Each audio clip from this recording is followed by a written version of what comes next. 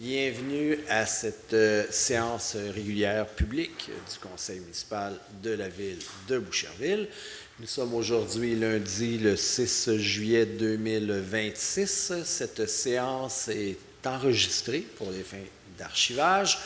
La séance se déroule avec tous les membres du conseil municipal présents et également en présence de notre directeur général, M. Roger Maisonneuve, notre greffière, Maître Mariana Ruspil.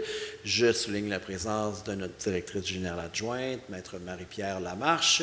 Merci aux médias d'être présents.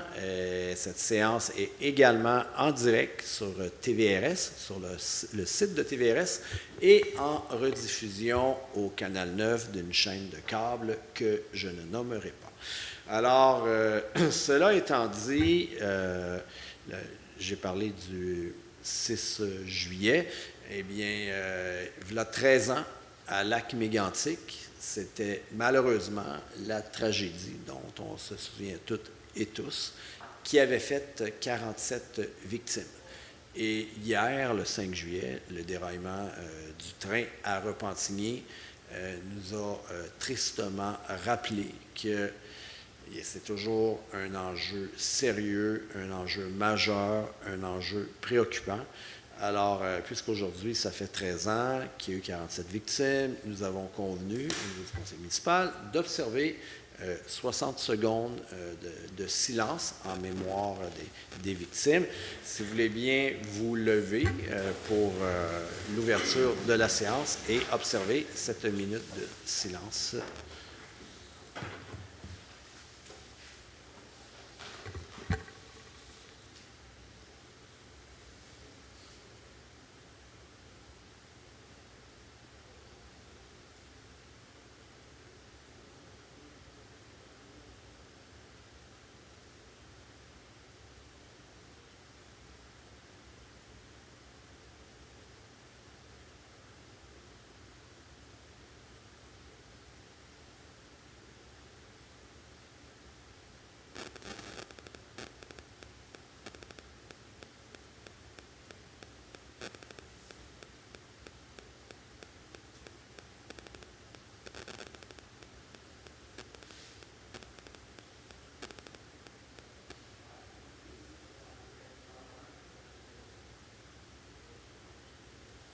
Merci, vous pouvez vous rasseoir.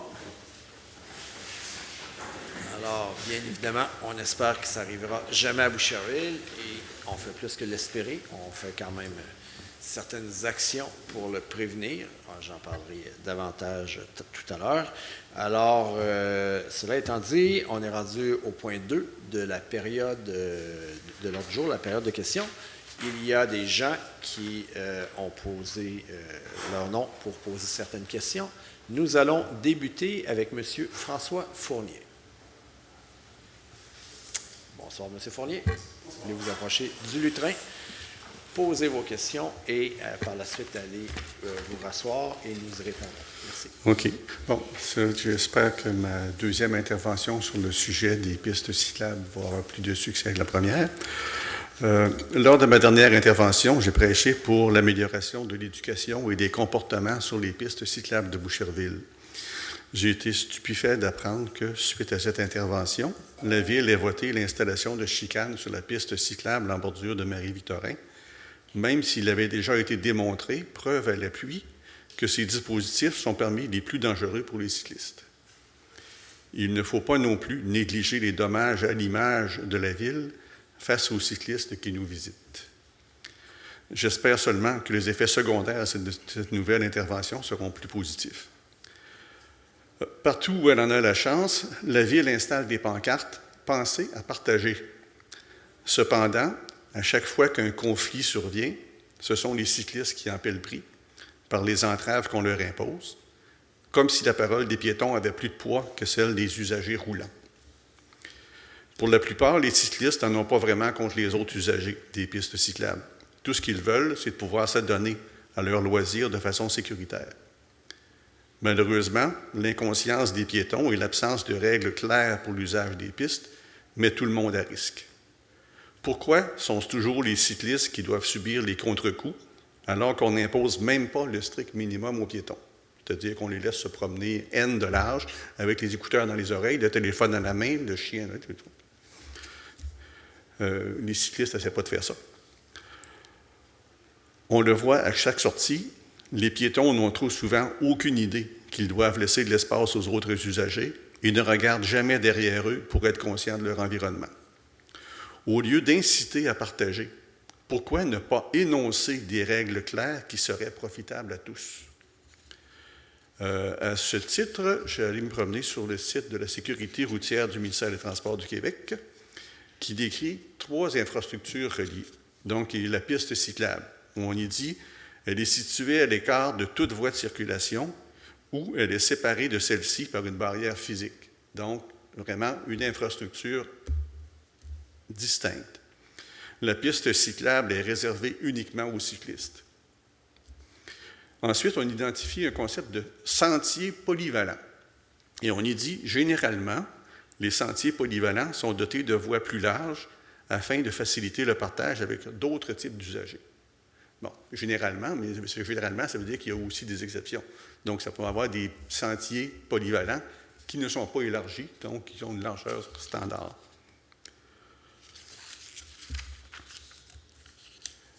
Pardon.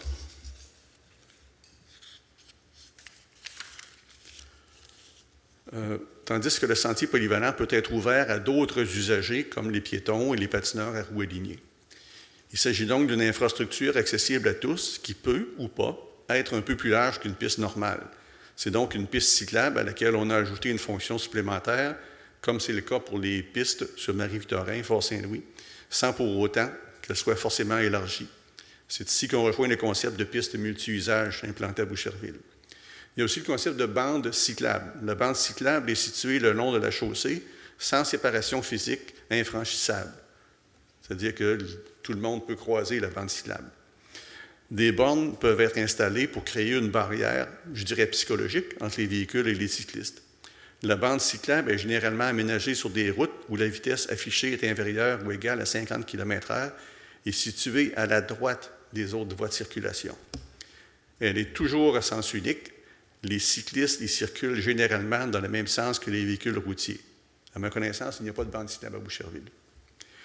On dit aussi sur le même site, les piétons ne peuvent pas marcher sur la bande cyclable. Ils doivent obligatoirement circuler sur le trottoir, s'il y en a un, sur le bord de la chaussée ou sur l'accotement, et ce, dans le sens contraire de la circulation. Il est aussi mentionné que les municipalités sont responsables des pistes cyclables et des sentiers polyvalents situés à l'extérieur de l'emprise du chemin public, par exemple les anciennes emprises ferroviaires. Le Code de la sécurité routière ne s'y applique donc pas. Les municipalités peuvent ainsi fixer des règles particulières telles que le type d'usagers qui peuvent y circuler, le sens de la circulation, la limite de vitesse à respecter, de même que les amendes applicables. Si les piétons doivent marcher à contresens lorsqu'ils déambulent sur la voie publique, sur le bord de la chaussée ou de l'accotement, pourquoi n'en ferait-il pas autant lorsqu'ils se promènent sur une piste cyclable? Tel que mentionné précédemment, la réglementation provinciale autorise la municipalité à choisir le côté sur lequel ils doivent se déplacer. Pour défendre ma position contre une installation de chicane sur les pistes cyclables, laissez-moi vous proposer une analogie. Supposons que 6 cyclistes se promènent en mode contemplatif sur Montarville. 6 de large. Ils bloquent les 2 voies. Bloqués de façon de parler, là, ils avancent quand même un peu, mais c'est une entrave sérieuse à la circulation. Est-ce qu'on va installer des chicanes sur Montarville parce qu'il y a des cyclistes qui vont trop lentement et qui prennent trop de place? Sûrement pas. On va intimer aux cyclistes l'ordre de se déplacer. Vous posez vos questions, on va y répondre tantôt. Là, vous posez vos questions, vous y répondez. En tout cas, je vous laisse aller, là, mais OK, non, on va y répondre tantôt. Celle-là, c'est... Ouais. Okay. Bon. Maintenant, si on se transpose sur une piste cyclable, on a des piétons qui sont là, qui prennent tout l'espace. Il y a des autres usagers qui arrivent. Qu'est-ce qu'on fait avec les piétons? Pourquoi est-ce que, dans la vision de la ville, on va installer des chicanes pour nuire aux cyclistes, alors que ce sont les piétons qui causent le problème? qui utilisent de façon inadéquate l'infrastructure.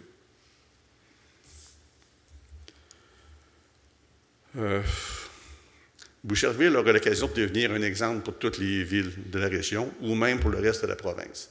Il suffirait d'un peu de vision et d'éviter de se cantonner dans des positions qui ne visent qu'à maintenir le statu quo.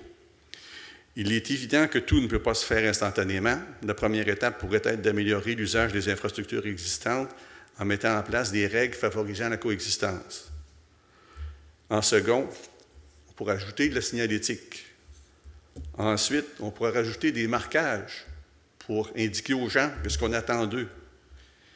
Finalement, tout nouvel aménagement devrait tenir compte de la nouvelle réalité et séparer physiquement les pistes cyclables et les espaces piétons. Je n'arrive pas à m'expliquer l'utilité d'un comité vélo à la ville qui permet la mise en place de chicanes sur une piste cyclable. Ça me semble incohérent. La situation, à l'heure actuelle, a atteint un point critique. Les piétons et les cyclistes veulent mutuellement s'arracher la tête, que ce soit en réel ou sur les réseaux sociaux. Tout délai avant d'inciter efficacement à des comportements acceptables augmente le risque de débordement. Les cyclistes ne sont pas intéressés à plier au-delà de ce qu'ils ont déjà cédé parce qu'ils considèrent avoir été dépouillés d'une infrastructure conçue pour eux. Et les piétons, parce qu'ils croient que tout leur est dû et qu'ils ont le droit de citer, surtout, sans responsabilité de leur part. Les projets mis de l'avant par le comité vélo ne constituent d'aucune façon une solution au problème vécu sur les pistes. Pour la plupart, il s'agit de projets d'infrastructure. On dépense de l'argent, mais ça ne règle rien. Le seul qui a un semblant d'utilité, c'est le parc d'apprentissage pour les jeunes cyclistes. Est-ce qu'il va y avoir un parc d'apprentissage aussi pour les jeunes piétons?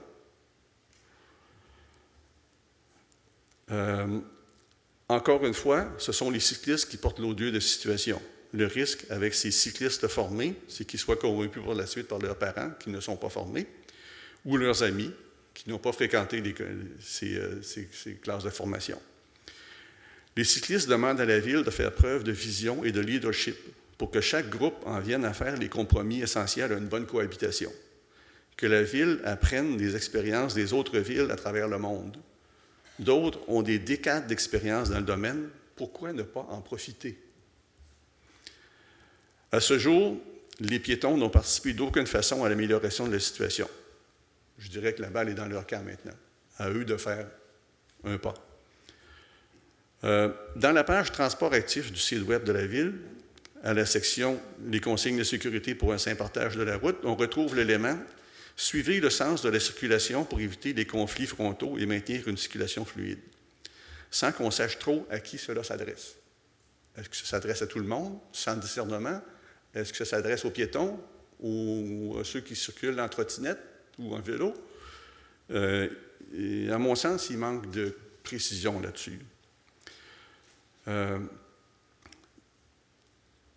Entre autres choses, j'aimerais que quelqu'un m'explique ce que les conflits frontaux ont de fondamentalement pire que ce qu'on pourrait appeler les conflits arrière. Dans ce sens que si des piétons marchent dans un sens et que les cyclistes roulent dans la direction opposée, ils se voient normalement. Il ne devrait pas y avoir d'accident. Si les piétons marchent dans un sens, que les cyclistes arrivent en arrière, bien, les cyclistes voient, mais les piétons ne voient pas. Ils ne peuvent pas se protéger. Dans ma vision des choses, seuls les conflits arrière existent. Quand on ne voit pas ce qui s'en vient, on se fait ramasser. Quand on voit ce qui s'en vient, on peut s'éloigner du danger et éviter les collisions. Et votre question, c'est quoi? Ma question, c'est qu'est-ce que la Ville peut faire pour améliorer le partage des pistes multi-usages, que j'aimerais appeler des pistes cyclables, de façon à ce que les usagers puissent respecter les uns les autres, en évitant les accidents. Merci. Merci. Alors, oui, merci. Alors, bien évidemment, le partage sécuritaire et harmonieux des pistes multi-usages nous tient beaucoup à cœur. Puis, je ne demande pas de la reconnaissance. Je sais que vous aimez le vélo. Il y a une piste qui s'est faite le long de la 132. Elle a coûté 18 millions. C'est pour, entre autres, les cyclistes. Sur de Montbrun, entre la 132 jusqu'à de Touraine, c'est ici que ça s'est fait, que ça s'est pris la décision de faire ce lien-là. Pour aller vers la Varennes, Montée-Sainte-Julie, là aussi, c'est en parlant entre municipalités que ça s'est fait. J'ai rencontré récemment M. Mario Lemay de Sainte-Julie qui veut amener sa piste multi-usage, passer le viaduc de la 30 vers de Touraine. Nous, on est en train, sur le rang d'Anjou, d'essayer de s'interconnecter là-bas. Je fais juste le dire comme ça, c'est des choses qu'on fait pour aider les gens qui aiment le vélo, entre autres, comme vous. Le partage harmonieux, sécuritaire, ça nous tient à cœur. Qu'est-ce qu'on fait? On fait plusieurs choses. Il y a de la signalisation, on en a fait, pistes multi-usages. Et quand on a ces subventions-là, ce n'est pas pour des pistes cyclables, c'est pour des pistes multi-usages. Ça s'est fait avec la CMM, entre autres. Ça se fait avec la CMM, la Communauté métropolitaine de Montréal. Ça se fait avec le ministère des Affaires municipales. Ça se fait, comme je le mentionnais, en discutant avec d'autres villes. Et c'est toujours dans une optique de pistes multi-usages parce que oui, il y a beaucoup, de plus en plus, des déplacements qui se font autrement qu'en voiture, ce qu'on appelle le transport actif. Et c'est de plus en plus populaire. Je dirais qu'on est peut-être victime du succès. Il y a des piétons, il y a des gens qui font du jogging, il y a des gens qui font du rollerblade, il y a de plus en plus de gens qui font du vélo sans assistance, vélo avec assistance électrique.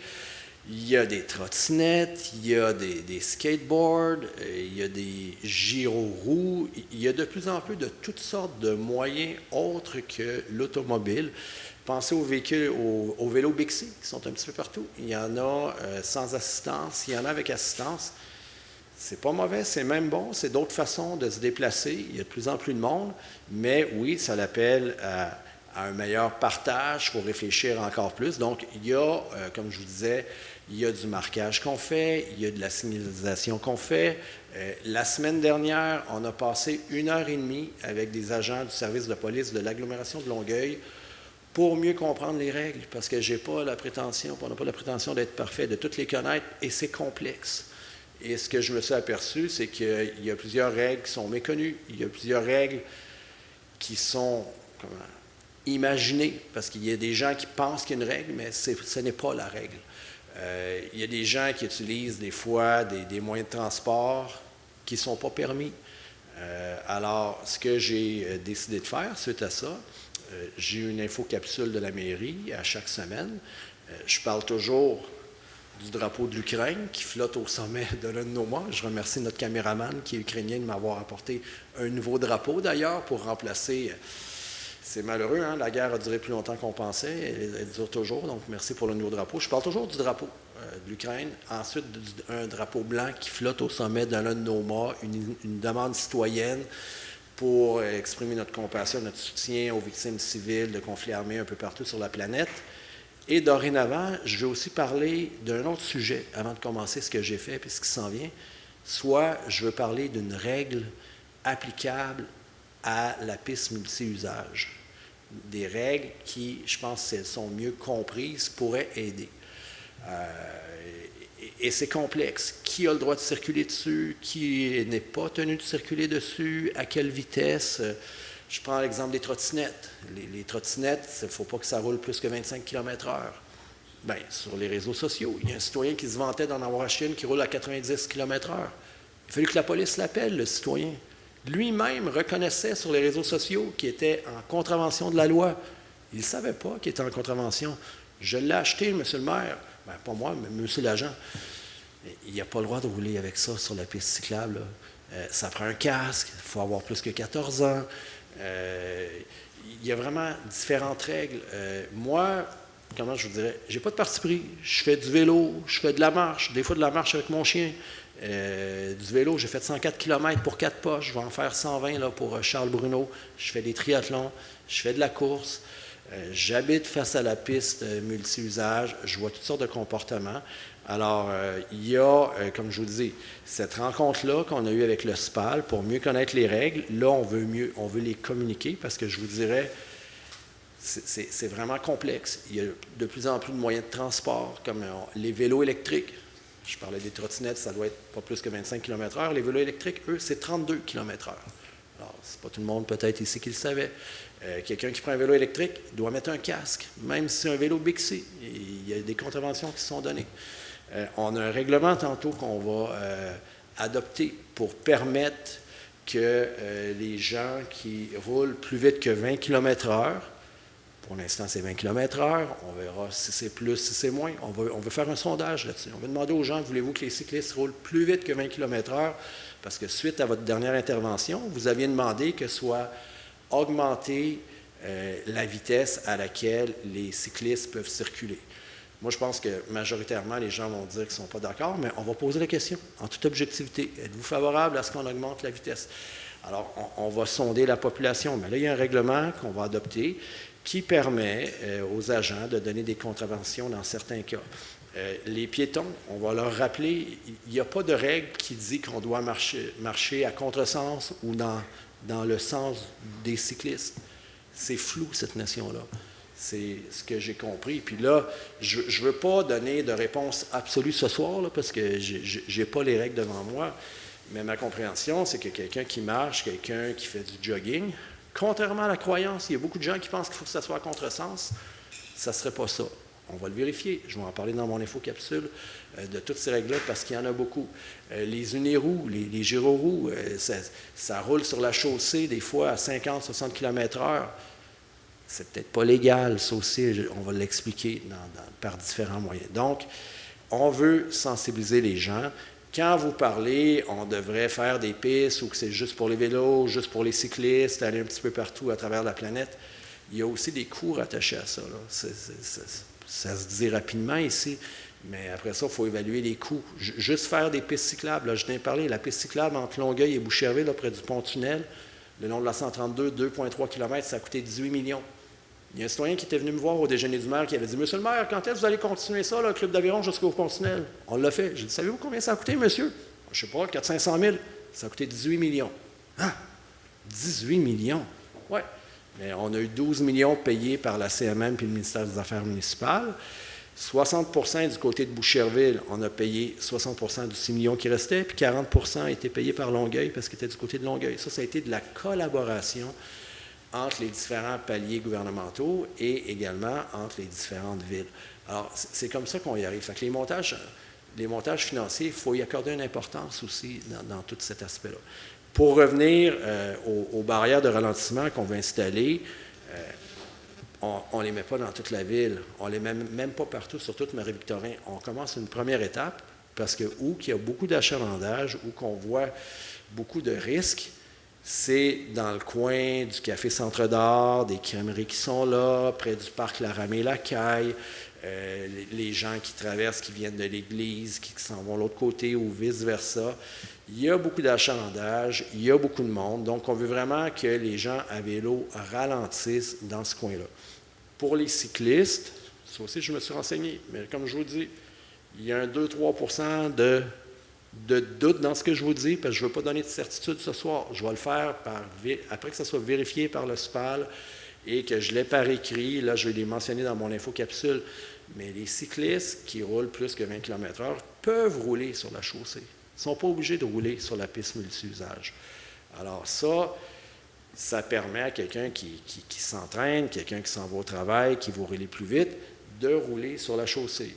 Puis peut-être qu'il faut l'indiquer, parce qu'il y a peut-être des automobilistes qui disent « Ouais, mais qu'est-ce qu'il fait pas? Il devrait être sur la piste cyclable, voyons donc, la chaussée, c'est pour les autos. » Il y a de l'éducation à faire, il y a de la sensibilisation. Alors, on va, par différents moyens, essayer de sensibiliser plus les choses, mais je vous le dis, moi, quand je cours, quand je fais du vélo, je ne reste pas juste à Boucherville, là. Je vais aller vers Varennes, je vais aller vers Longueuil, je vais aller vers Saint-Lambert, puis on ne peut pas régler le sort de la planète au complet, là. On va essayer de faire notre part ici, mais il faut que les autres villes aussi embarquent. C'est pour ça qu'on va en parler avec les différentes villes de l'agglomération, pour s'assurer qu'on a quand même des règles le plus possible en harmonie, le plus possible, les mêmes règles pour que les policiers, les policières qui les appliquent sachent à quoi s'en tenir. Donc, c'est un dossier complexe, mais je peux vous assurer que ça nous tient à cœur, le partage sécuritaire et harmonieux, et qu'il y a des efforts qui sont dans ce sens-là. Donc, merci pour votre intervention. On va jeter un coup d'œil à votre document également. La prochaine personne, M. Jacques Tessier.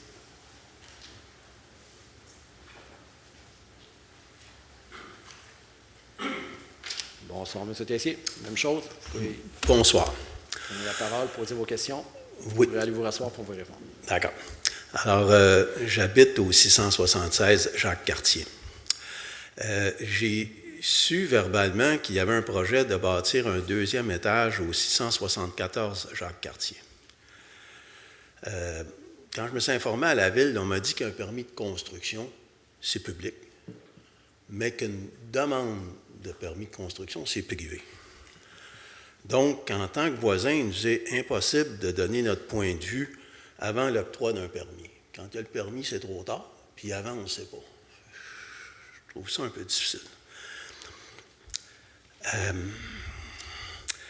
Donc, il est probable, parce que le CCU, c'est privé aussi, alors il est probable que le CCU a étudié cette demande.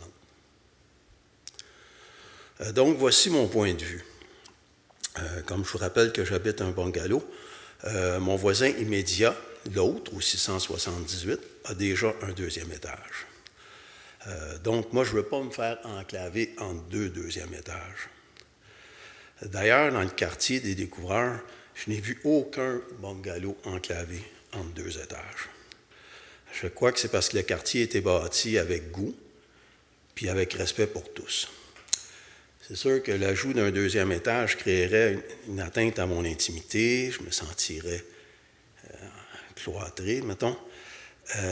J'y réside depuis 33 ans, et de plus, ça ferait baisser la valeur de ma maison, car je serais le seul du quartier à être enclavé. Tu sais, les acheteurs auraient d'autres choix que moi. Donc, s'il y a eu une demande d'ajout d'un deuxième étage et que le CCU l'a approuvé, je demande au Conseil de reconsidérer cette décision. Moi, je croyais que c'était interdit par règlement parce que je n'en voyais pas, mais on me dit que ce n'est pas interdit. Donc, je vous dis que ce n'est pas parce que ce n'est pas interdit que c'est souhaitable pour les voisins immédiats. C'était ma question. OK. Bien, merci. Première des choses, vous avez raison de dire que lorsque ça se discute au CCU, c'est confidentiel, c'est pas dans le domaine public, c'est lorsqu'on adopte les recommandations du CCU. Pour ceux qui nous écoutent, là, le CCU, c'est le Comité consultatif en matière d'urbanisme. Ce n'est pas une panacée de la ville de Boucherville, c'est la loi qui l'impose. Alors, le CCU est composé de fonctionnaires, est composé d'élus et de citoyens. Donc, il y a des places réservées pour les citoyens. C'est des mandats de 2 ans, renouvelables. Il y a des citoyens qui ont été là-dessus 6 ans, 8 ans. Il y en a même, on en a un dans la salle, je ne sais pas combien d'années vous avez été présent, 10 ans. Alors, vous voyez, il y en a de toutes les sortes. Il y a des gens qui viennent avec un certain intérêt pour le milieu patrimonial, le milieu environnemental, l'architecture. Alors, ce que fait le CCU, c'est que lorsque quelqu'un fait une demande de permis, qu'il doit y avoir certaines adaptations, parce que la personne ne peut pas construire telle qu'elle, il y a des recommandations qui sont faites au conseil municipal. Ce sont des recommandations. Donc, ultimement, c'est le conseil municipal qui va décider s'il est en accord avec ce que le CCU recommande ou s'il est en désaccord. Et il y a même une étape préalable qui est la direction de l'urbanisme qui, lorsque la personne fait sa demande, va analyser le tout pour lui dire « ouais, ça doit aller au CCU, ça pas besoin, ça prend une dérogation, pas de dérogation ». Alors, c'est comme ça que ça fonctionne. Et c'est lorsque le tout est amené ici, en séance publique, que ça tombe dans le domaine public. Dans votre cas spécifique, c'est pour ça que jusqu'à présent, on ne pouvait pas vous indiquer beaucoup de choses de notre côté. Là, il est à l'ordre du jour compte tenu de votre intervention, et il y a une intervention d'une autre personne suite à vous, après vous. Ce qu'on va faire, c'est qu'on va en prendre acte et on va décider lors d'une autre séance, une séance extraordinaire, la semaine prochaine.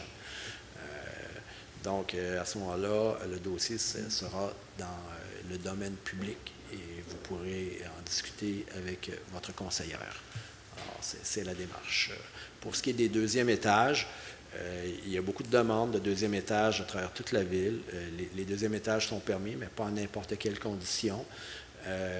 On parle beaucoup de densification, de multigénération, de maisons plus grosses, il y a de moins en moins de terrain, on ne veut pas empiéter dans les champs. Moi, je dis toujours que je suis très heureux que 48% du territoire soit zoné agricole. Et en ce qui me concerne, moi, c'est une religion de ne pas dézoner agricole. Quand le REM est arrivé à Brossard en zone agricole, là, à la CMM, à la Communauté métropolitaine de Montréal, je siégeais là-dessus. Je suis le seul qui a levé la main qui était opposé à ça. C'était plus symbolique parce que le ministre, il y avait une loi qui primait sur la réglementation municipale, avait déterminé que c'est pas grave, on changera la zone agricole, puis on permettra qu'il arrive en zone agricole, mais c'est pour vous dire comment que moi je trouve ça important.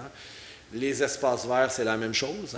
Près de l'ancienne carrière Rive-Sud, il devait y avoir à peu près 5-6 000 unités. Il va y en avoir 1050 tout au plus, parce qu'on voulait quand même contrôler les choses. À un moment donné, il faut qu'on puisse densifier d'une certaine façon. C'était en demande. Les gens, des fois, plutôt que de déménager dans une autre maison, préfèrent agrandir leur maison. La famille grandit, il y a un proche qui arrive, en tout cas, toutes sortes de raisons qui font que c'est permis, mais pas à n'importe quelle condition. Il y a des conditions qui peuvent être imposées. Alors, c'est ce que vous pourrez prendre connaissance lorsqu'on traitera du point tantôt. Voilà. Et là, on aurait Mme Karine Girard sur le même sujet. Donc, Mme Girard, si vous voulez vous approcher du lutrin, s'il vous plaît. La parole est à vous. Même façon de fonctionner. Vous prenez la parole, posez vos questions. Vous allez vous rasseoir, puis on va y répondre. Merci. Bonsoir, Monsieur le maire, Mesdames et Messieurs du Conseil. Je m'appelle Karine Girard. Je demeure au 849 rue Étienne Brûlé, voisine immédiate du 674 rue Jacques-Cartier. Ma famille est propriétaire de cette résidence depuis sa construction en 1974. J'y ai grandi et j'y habite aujourd'hui avec mes enfants. Je prends la parole ce soir parce que j'ai constaté d'importants travaux sur la propriété voisine. Il y a quelques années, le propriétaire m'avait également fait part de son intention d'ajouter un deuxième étage à sa résidence et de déplacer sa porte d'entrée sur le côté de sa maison qui donne sur ma cour. N'ayant pas eu accès au plan, je ne connais pas encore la portée exacte du projet. Toutefois, ces éléments expliquent les préoccupations que je porte à votre attention ce soir. La configuration de notre terrain est particulière. Comme la façade de ma maison donne sur la rue Étienne Brûlé et que je suis sur un coin de rue, c'est l'ensemble de ma cour arrière qui donne le long du côté de la maison qui est visé par le projet. Donc, elle est entièrement et directement mitoyenne à sa maison. Cette proximité fait déjà en sorte que cette résidence est très présente dans notre espace de vie extérieur. Ma cour est très large, mais elle est peu profonde du fait qu'elle est située dans l'autre sens. Donc, c'est la raison pour laquelle là, on a à peu près, je pense, 25-30 pieds là, entre la fin de ma maison puis la limite de son terrain. Depuis plus de 50 ans, notre famille profite de cette cour en fonction de cette configuration. Nous avons investi dans notre propriété et nous l'avons aménagée, notamment en installant une clôture pleine dans la zone piscine et une terrasse pavée près du sol, en ayant la conviction légitime que cette intimité serait préservée.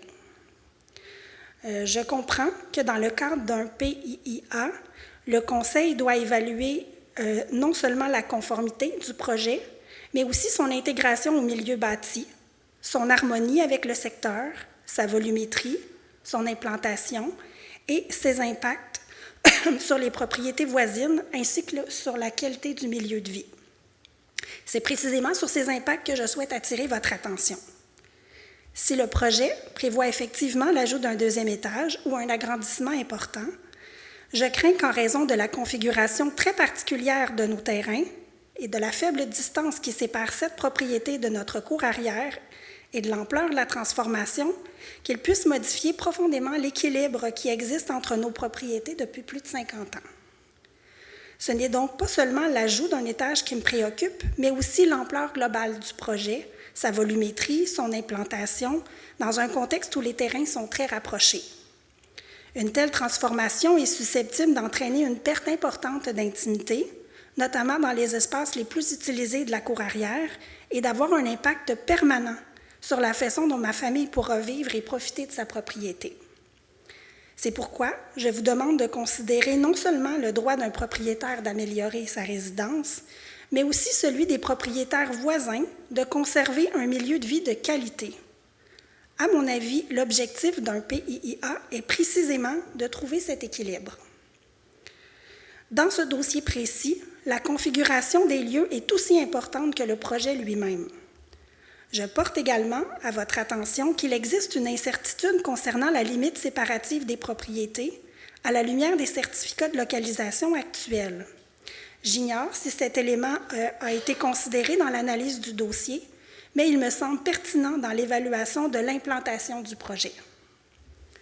Je vous demande donc respectueusement de reporter votre décision ou de demander une réévaluation du projet afin que l'ensemble de ses impacts sur les propriétés voisines, ainsi que les éléments particuliers propres à ce dossier, puissent être examinés avant qu'une décision définitive soit rendue. Et j'aurai pour vous les questions suivantes. Question 1. Pouvez-vous préciser la portée exacte du projet qui est soumis à l'analyse du Conseil? Est-ce l'ajout d'un deuxième étage, d'un agrandissement, de l'emprise au sol ou d'une augmentation importante de la superficie habitable? Est-ce que le projet comprend une vocation intergénérationnelle? Si oui, est-ce que cette vocation entraîne des critères ou des considérations particulières qui ont été pris en compte dans l'analyse du dossier? Question 3. Dans l'analyse du PIIA, comment les impacts sur les propriétés voisines immédiates ont-ils été évalués, notamment en ce qui concerne la volumétrie, l'implantation du bâtiment et la préservation de l'intimité? Question 4. Considérant l'incertitude existante concernant la limite séparative des propriétés, est-ce que cet élément a été pris en compte dans l'analyse de l'implantation du projet? Question 5. Si certains éléments du projet soulèvent des préoccupations quant à son intégration au milieu, est-ce que le Conseil a la possibilité de demander des ajustements avant son approbation? Et enfin, permettez-moi une dernière question. À la lumière des préoccupations que je viens d'exprimer, est-ce que le Conseil estime disposer de tous les éléments nécessaires pour évaluer pleinement les impacts de ce projet avant de rendre une décision? Je vous remercie de votre écoute. Parfait. Bien, merci. Écoutez, présentement, c'est toujours pas dans le domaine public, ce projet-là. Donc, je ne peux pas répondre à vos questions. Toutefois, quand on sera rendu à 7.1, le projet fait partie de 7.1. Donc, comme je mentionnais, ce qui est prévu, en tout cas, on va voir ce que les membres du Conseil vont décider, mais c'est d'en prendre acte, mais de ne pas prendre position. Prendre acte, ça veut dire il va être déposé, il va être dans le domaine public, il faut en prendre connaissance, et par la suite, il y aura lieu que votre conseillère puisse répondre à vos questions. Votre conseillère, peut-être que vous le savez déjà, mais je l'indique aux gens, Josée Bissonnette a été longtemps membre du CCU, donc elle connaît parfaitement la mécanique. Présentement, sur le CCU, c'est Mme Anne Barabé qui est présidente. Tu es présidente aussi? OK. Et ça fait longtemps qu'elle est sur le CCU, depuis 2010. Je ne veux pas la vieillir. Ça fait longtemps. Et il y a Isabelle Harvey, qui est une nouvelle conseillère dans l'équipe depuis 2025, là, qui est également sur le CCU. Donc, les élus sur le CCU, là, ce sont ces gens-là. C'est sûr que tout le conseil, on vote par ailleurs sur les recommandations du CCU, mais comme je disais, on va en prendre acte. Ça va être dans le domaine public. Vous pourrez en prendre connaissance. Vous pourrez en parler avec Mme Bissonnette et elle pourra, suite à ça, nous faire état de toute la situation, là, suite aux discussions qu'elle aura eues avec vous. puis elle pourra vous revenir aussi sur comment on enligne les choses de notre côté. Bon, merci. Maintenant, Madame Monique Bourbeau. C'est Bourbeau, hein, pas Barbeau. Bourbeau. Bon, bonsoir. Bonsoir. Alors, les mêmes consignes que pour les gens qui vous ont précédés. Vous prenez la parole pour vos questions. Bonsoir, on va répondre. La question, c'est que nous sommes 3 propriétaires de la rue Michel-Pelletier qui suivons de très près ce qui se passe au niveau de la résidence 782 Marie-Victorin. Et quand j'ai consulté l'ordre du jour, je voyais qu'il n'y avait rien d'écrit concernant le 782 Marie-Victorin. Et j'étais étonnée parce que je me disais, je savais qu'il y avait un projet qui avait été présenté au CCU, puis je ne comprenais pas. Puis pour avoir regardé antérieurement des ordres du jour, c'était toujours mentionné l'adresse 782 Marie-Victorin lorsqu'il y avait des demandes. Mais moi, je ne comprends pas la mécanique. Alors, c'est pour ça que j'ai appelé au greffe aujourd'hui pour dire, bien, est-ce que ça passe le 782 Marie-Victorin aujourd'hui? Puis on m'a répondu oui. Puis j'ai dit, à quel item? La personne qui m'a répondu ne savait pas. Alors, j'ai dit, est-ce que vous êtes la personne qui est la greffière? Elle a dit non, c'est pas moi. Puis j'ai dit, j'aimerais ça, me renseigner auprès de la greffière pour savoir c'est au niveau de quel item. Parce que j'ai soupçonné qu'effectivement, c'était au niveau de... Excusez-moi, Mme Bourbeau, juste 2 secondes. On a oublié de prolonger la période de questions de 30 minutes. C'est juste une question technique, c'est parce que nos périodes de questions durent 30 minutes, qui étaient 42. On a oublié de la prolonger à 30, là, mon erreur. Alors, Mme Oui, Greffière. Monsieur le maire, alors il est proposé de prolonger la période de questions pour 30 minutes? Oui, tout à fait. Parfait. Merci. C'est réglé. Alors, j'ai soupçonné que ça pouvait être ça. Et effectivement, après qu'on se soit renseigné auprès de la greffière, on m'a dit que ça passe au niveau du système du point 7.1. Alors, pour moi, je ne comprenais pas pourquoi c'était comme ça, parce que je suivais de près, puis j'avais regardé des ordres du jour antérieurs, puis on voyait les adresses, c'était facile, c'était clair. Alors, je trouve ça dommage que pour les citoyens, que ça ne soit pas plus précisé. Est-ce que c'est habituel que ça soit comme ça? Est-ce qu'on peut m'expliquer pourquoi c'est comme ça et que ce n'était pas comme ça auparavant? Je vais vous expliquer quand vous allez vous... C'est votre seule question? Oui, c'est ma seule question. Ben, en fait, ça va arriver que... Merci pour votre question. Ça va arriver des fois qu'on voit l'adresse, mettons une demande de dérogation qui va être au point 8, une demande de démolition qui va être au point 8, ou si jamais, pour toutes sortes de raisons, conflit d'intérêts dans les membres du conseil, on doit scinder le point.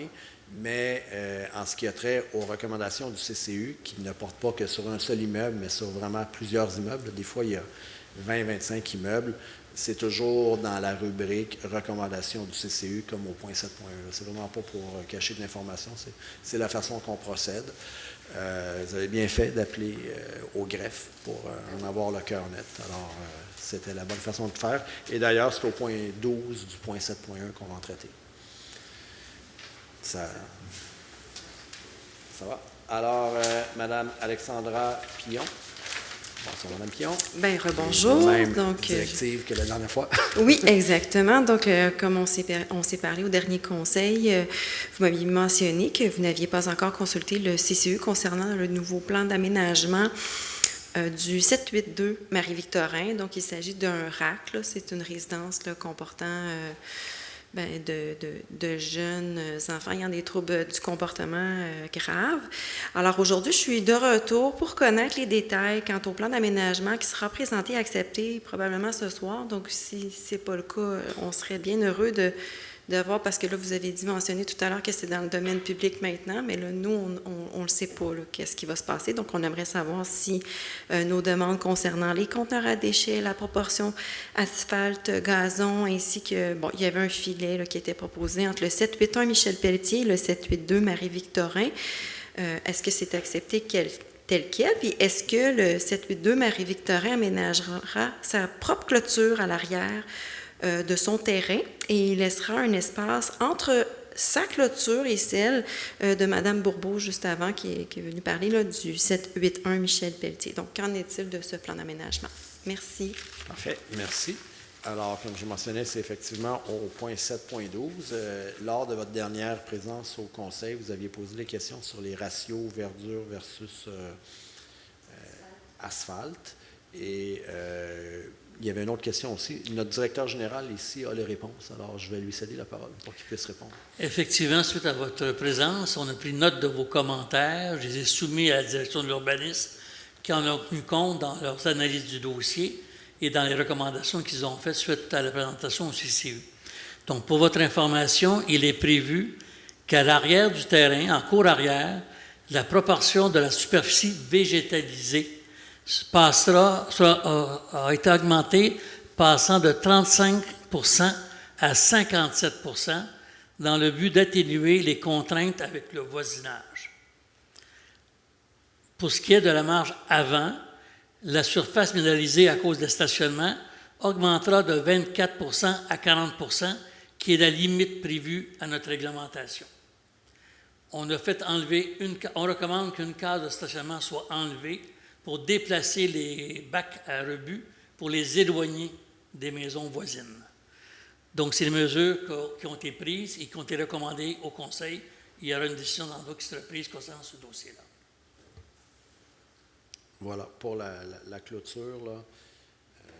C'est dans l'aménagement. C'est dans l'aménagement. On va le vérifier, ce point-là. Je n'ai pas la réponse. Je ne peux pas vous donner la réponse. Y a-t-il quelqu'un qui l'a? Anne, vas-y. Il faut que tu pèses. Si je ne Madame Barabé. m'abuse, il y avait une marge plus profonde. Au lieu de 1,5, c'était 3 mètres qu'on laissait entre... Ça inclut une bonification de la bande de verdure à 3 mètres. C'est ça qui est ajouté en arrière. Mais ça ne parle pas de clôture comme ça. C'est pour ça que la superficie augmente à partir arrière. On pourra vérifier la clôture, là, puis vous revenir. OK. On me dit que la clôture, ils la font, mais on va le vérifier, puis on vous reviendra par écrit là, pour être certain. Alors, on va voter au point 12, là, 7.12. Là. Quand on sera rendu là, je vais attirer votre attention pour que vous puissiez bien écouter là, ce que la greffière va lire. OK. Alors, ça épuise la période de questions. Ça nous amène au point 3, qui est l'adoption de l'ordre du jour. Donc, Madame la greffière, est-ce qu'il y a s'il y a des gens qui ont posé des questions, tout ça, vous êtes les bienvenus à rester jusqu'à la fin, mais je comprends aussi qu'il y en a qui ont peut-être d'autres choses à faire et qui vont nous quitter. Alors, bonne soirée.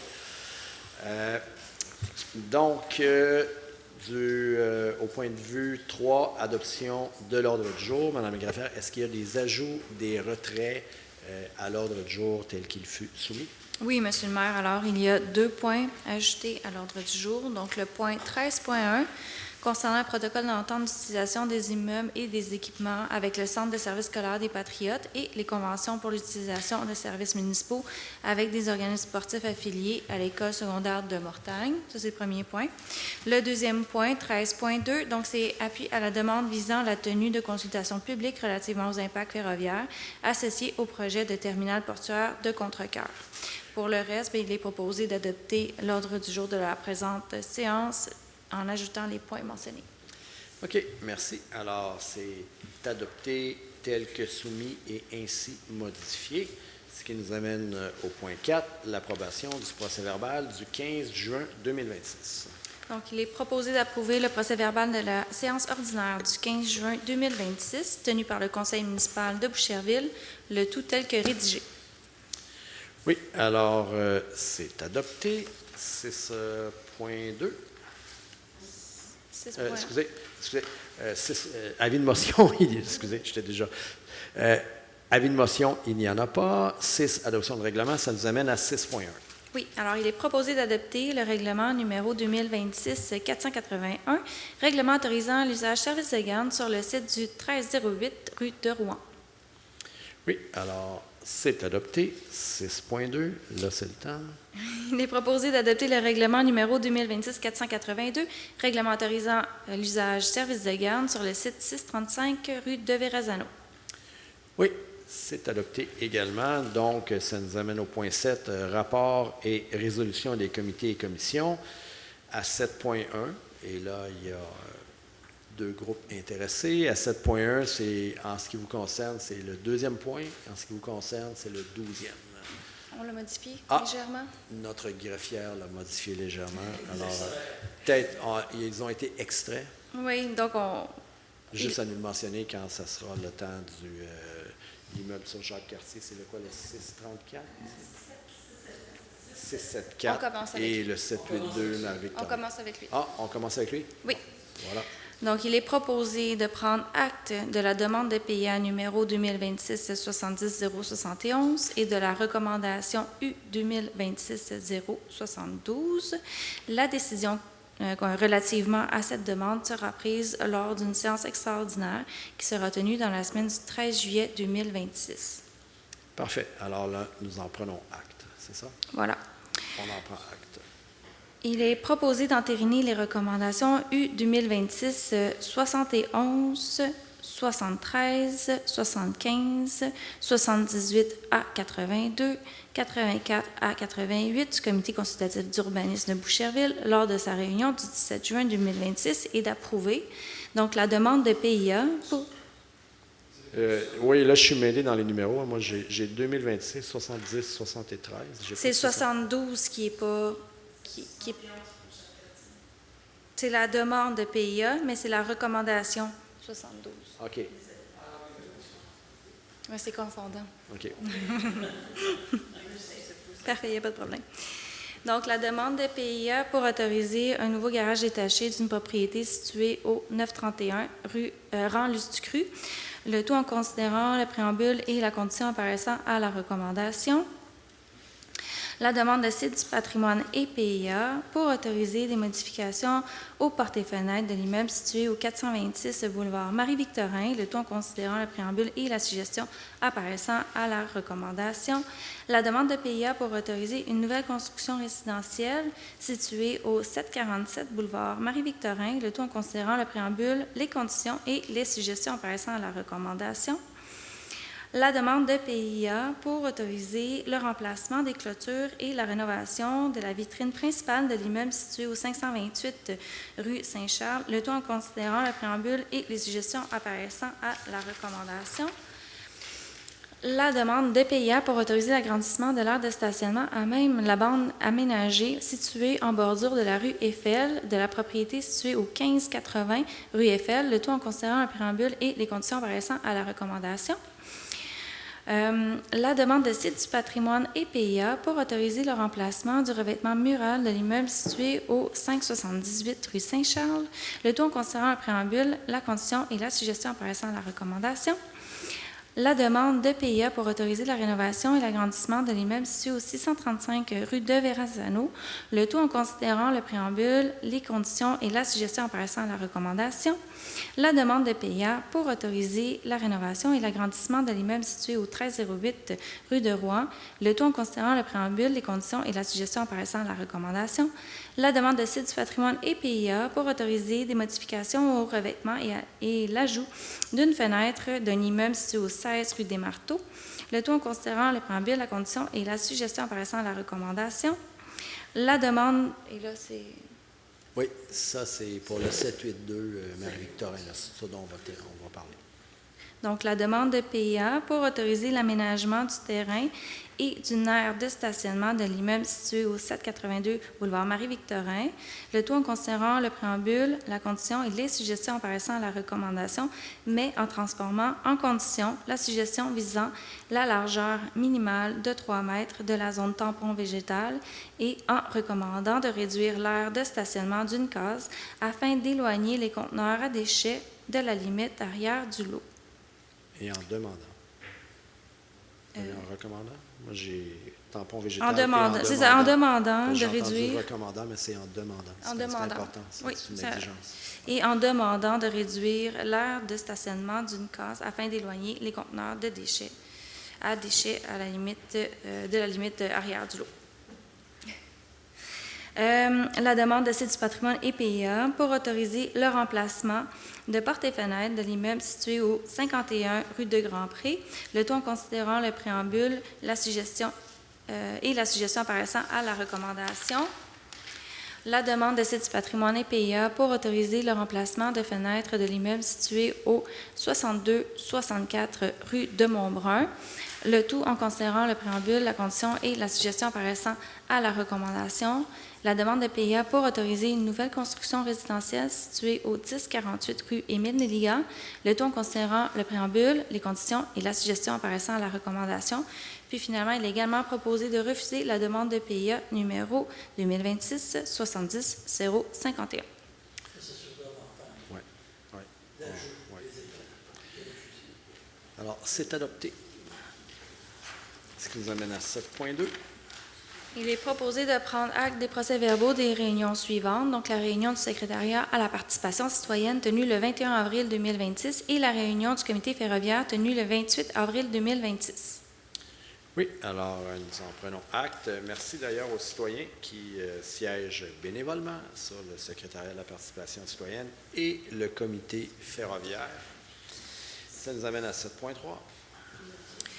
Oui, alors, considérant le sommaire décisionnel préparé par la Direction des loisirs, des arts, de la culture, des sports et de la vie communautaire daté du 17 juin 2026 sur le sujet, il est proposé de prendre acte du procès-verbal de la Commission des loisirs, des arts, de la culture, des sports et de la vie communautaire de la réunion du 15 juin 2026 et d'approuver la recommandation 1 à l'effet de retirer les abonnements aux non-résidents à la salle d'entraînement afin de garantir l'accès aux résidents, d'honorer les abonnements en vigueur jusqu'à la fin du terme pour les non-résidents, de conserver le statut d'accès pour les organismes accrédités bénéficiant de l'espace à des fins d'activité et de diffuser une communication municipale indiquant la date d'entrée en vigueur et l'objectif de la mesure. Oui, alors c'est adopté, ce qui nous amène à 7.4. Il est proposé de prendre acte du procès-verbal de la Commission de circulation et de la mobilité durable de la réunion du 17 juin 2026 et d'approuver les recommandations suivantes. Donc, la recommandation 3 visant à plusieurs éléments, donc ajouter des passages pour piétons pour les traverses aux rues du Mont-Saint-Michel, de Jumièges, de Fontenelle, de Saint-Malo, de Bayeux, de Chartres et de Lisieux, de modifier le règlement numéro 2024-434 sur la circulation et le stationnement lors d'une prochaine séance afin d'établir la zone scolaire à 30 km/h entre 50 mètres à l'ouest de la limite de l'eau de l'école, donc avant la rue du Mont-Saint-Michel, et 50 mètres à l'est de la limite du lot de l'école, donc après les rues Saint-Malo et de Fontenelle, avec une signalisation requise. D'établir un corridor scolaire entre la rue du Perche et la place de Vimy, du côté nord de la rue de Normandie, et entre la rue de Normandie et la rue de Lisieux, du côté est de la rue de Rouen, avec la signalisation requise, de procéder au marquage de la zone scolaire et du corridor scolaire, d'ajouter des panneaux d'arrêt sur la rue de Rouen à l'intersection de la rue Mont-Saint-Michel, la plus près de l'école, et de faire le marquage des lignes d'arrêt, d'interdire l'arrêt sur la rue Saint-Malo des deux côtés de la rue face au terrain de l'école durant la période scolaire. Donc ça, c'est pour la recommandation 3. Ensuite, il est proposé d'approuver la recommandation 4 visant à modifier le règlement également 2024-434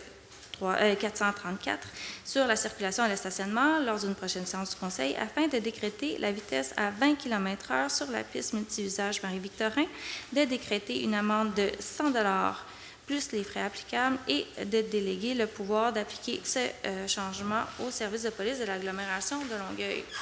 Il est également proposé de faire des comptages sur le boulevard Marie-Victorin, à l'est du club d'Aviron, ainsi qu'aux abords de la rue de Montbrun, puis aux abords du club nautique de Mézy. La recommandation 5 visant à maintenir le statu quo à la suite des résultats de comptage sur la rue Eiffel et le chemin de Lorraine pour l'ajout de panneaux d'arrêt. La recommandation 6 visant à maintenir le statu quo à la suite des résultats de comptage sur le boulevard de Montarville entre les rues de Jumonville et Samuel de Champlain qui ne démontrent pas de problème de vitesse.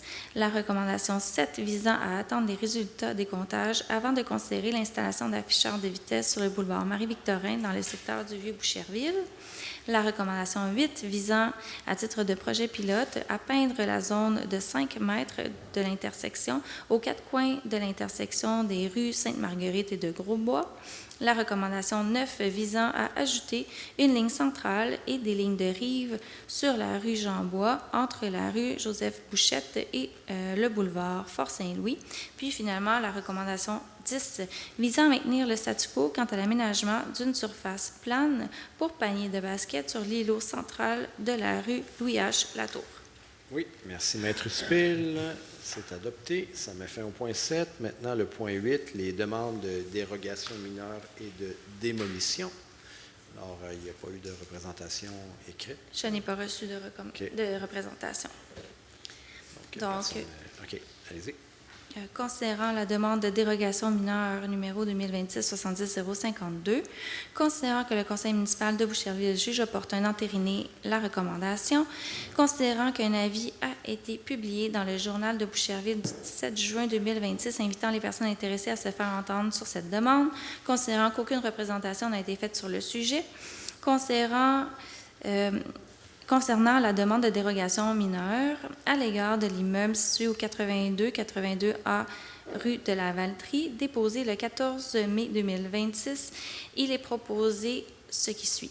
Donc, premièrement, d'accorder une dérogation pour permettre des aires de stationnement en cour avant dont la superficie cumulée totalise 49 % de la dite cour avant. Donc, ça, c'est le volet 1. Le volet, ensuite, d'accorder une dérogation pour permettre la réduction de la profondeur de 2 cases de stationnement de 0,10 m pour le volet 3, puis finalement de refuser une dérogation visant à permettre le stationnement des véhicules l'un derrière l'autre pour l'aire de stationnement extérieur desservant une habitation multifamiliale H4. Donc ça, c'est le volet 2. Le tout en considérant le préambule et les conditions apparaissant à la recommandation, le tout tel que présenté dans les documents soumis. Parfait. Alors, c'est adopté. 8.2. Considérant la demande de dérogation mineure numéro 2026-70-064, considérant que le comité consultatif d'urbanisme de Boucherville a recommandé l'acceptation de cette demande en vertu de sa résolution, considérant que le conseil municipal juge opportun d'entériner cette recommandation, considérant qu'un avis a été publié dans le journal de Boucherville du 17 juin 2026 invitant les personnes intéressées à se faire entendre sur la demande, considérant qu'aucune représentation n'a été faite sur le sujet, il est proposé d'accepter la demande de dérogation mineure permettant la présence de 2 enseignes principales sur le mur avant de l'immeuble situé au 1541 rue Ampère, déposé le 14 mai 2026, le tout selon la recommandation du CCU et le tout tel que présenté également dans les documents soumis. Merci, c'est adopté. 8.3. Considérant la demande de démolition numéro 2026-70-057, considérant que le comité consultatif d'urbanisme de Boucherville a recommandé l'acceptation de cette demande en vertu de sa résolution, considérant qu'une affiche a été installée dans un endroit bien à la vue sur l'emplacement, invitant les personnes intéressées à se faire entendre relativement à la demande, considérant qu'un avis a été publié dans le journal de Boucherville du 17 juin 2026, invitant les personnes intéressées à se faire entendre sur cette demande, considérant que le conseil municipal de Boucherville juge opportun d'entériner cette recommandation. Il est proposé d'accepter la demande de démolition déposée le 27 avril 2026 à l'égard de l'immeuble situé au 747 boulevard Marie-Victorin pour la démolition de la maison existante, le tout selon la recommandation du CCU et tel que présenté dans les documents soumis. Merci. C'est adopté. Ça met fin au point 8. Le point 9, administration et finances. 9.1, effectifs et embauche. 9.1.1, approbation du rapport d'effectifs. Oui, il est proposé d'approuver le rapport d'effectifs pour la période du 6 au 30 juin 2026, préparé par la directrice des ressources humaines de la Ville et daté du 22 juin 2026. Oui, alors c'est approuvé. 9.1.2. Il est proposé de souligner et de féliciter Mme Chloé Bergeron et M. Félix Fortier, tous deux adjoints à la programmation estivale à la direction des loisirs, des arts, de la culture, des sports et de la vie communautaire pour leurs 10 ans à l'emploi de la Ville de Boucherville. Oui, c'est adopté et merci et bravo à eux pour leurs 10 années à l'emploi de la Ville de Boucherville. 9.2.1. Il est proposé d'approuver les listes préparées par la Direction des finances et des approvisionnements des déboursés numéro 211-668 à 211-806, d'approuver les paiements électroniques numéro S37-371 à S37-551, d'approuver directement au compte bancaire les prélèvements numéro 1443 à 1459 et d'autoriser le trésorier de la Ville ou l'assistante trésorière à donner suite à la présente et de signer tout document pertinent à cet effet. Oui, merci. C'est adopté. 9.2.2. Il est proposé d'approuver les listes détaillées des virements budgétaires au 26 juin 2026 pour les écritures 6047 à 6051 et d'autoriser la Direction des finances et des approvisionnements de la Ville à donner suite à la présente. Merci, c'est adopté. Ça nous amène à 9.3. Le Conseil municipal prend acte du dépôt des rapports indiquant les dépenses effectuées pour les services professionnels par les différentes directions, et ce pour la période comprise entre le 1er et le 30 juin 2026, le tout conformément à l'article 8 du règlement de délégation numéro 2020-329 et de ses amendements. Merci, nous en prenons acte. Ça met fin au point 9. Maintenant, le point 10, soumission, adjudication de contrat et mandat, 10.1.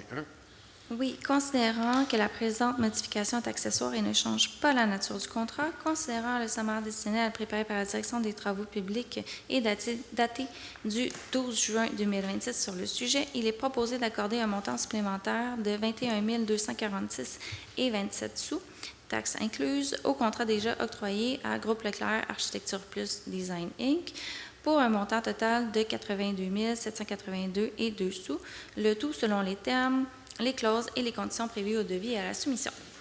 Oui, merci. C'est adopté. 10.2. Oui, considérant que la présente modification est accessoire et ne change pas la nature du contrat, considérant le sommaire décennal préparé par la Direction des travaux publics et daté du 23 juin 2026 sur le sujet, il est proposé d'accorder un montant supplémentaire de 11 911,41 sous, taxes incluses, au contrat déjà octroyé à Parallèle 54 Expert Conseil Inc. pour un montant total de 75 492,60, le tout selon les termes, les clauses et conditions prévues au devis et à la soumission. Merci. C'est adopté. 10.3. Concernant le sommaire décennal préparé par la Direction du génie daté du 25 juin 2026 sur le sujet, il est proposé d'adjuger le contrat pour le reprofilage des fossés entre le 1300 et le 1450 rue Nobel à Excavation Civil Pro, étant le plus bas soumissionnaire conforme pour un montant de 480 950,08 sous, taxes incluses, le tout selon les clauses, les conditions et les termes prévus au devis et à la soumission, et le tout étant financé à même le règlement d'emprunt numéro 2025-449.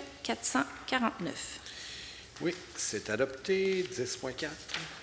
Oui, concernant le sommaire décennal préparé par la Direction du génie et daté du 25 juin 2026 sur le sujet, il est proposé d'adjuger le contrat pour les travaux de construction d'un nouveau branchement au 633 boulevard Marie-Victorin à Excavation Civil Pro Inc., étant le plus bas soumissionnaire conforme pour le montant de 72 192,80 sous, taxes incluses, le tout selon les clauses, les conditions et les termes prévus au devis et à la soumission, C2614B, et conditionnellement à la réception du paiement de la directive de branchement par le requérant.